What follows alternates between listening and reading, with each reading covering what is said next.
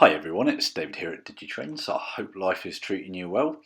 Here is a video that has been sent to us by one of our lovely customers of his Hornby A2/3 Suncastle that was sound fitted using our ZS034A A2/A3 sound project and running on his Eaton Road Heritage Centre layout. We love to see our customers sound fitted locos running on their layout, so if you have any footage you wish to share with us, please get in touch.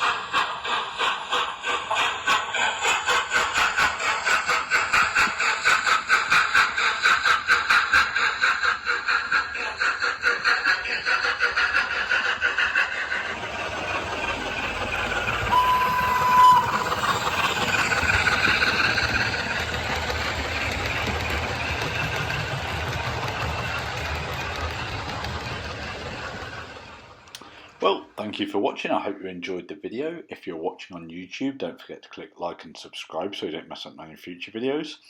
And if you wish to check out more about the Eaton Road Heritage Centre layout, I have popped a YouTube link in the description below.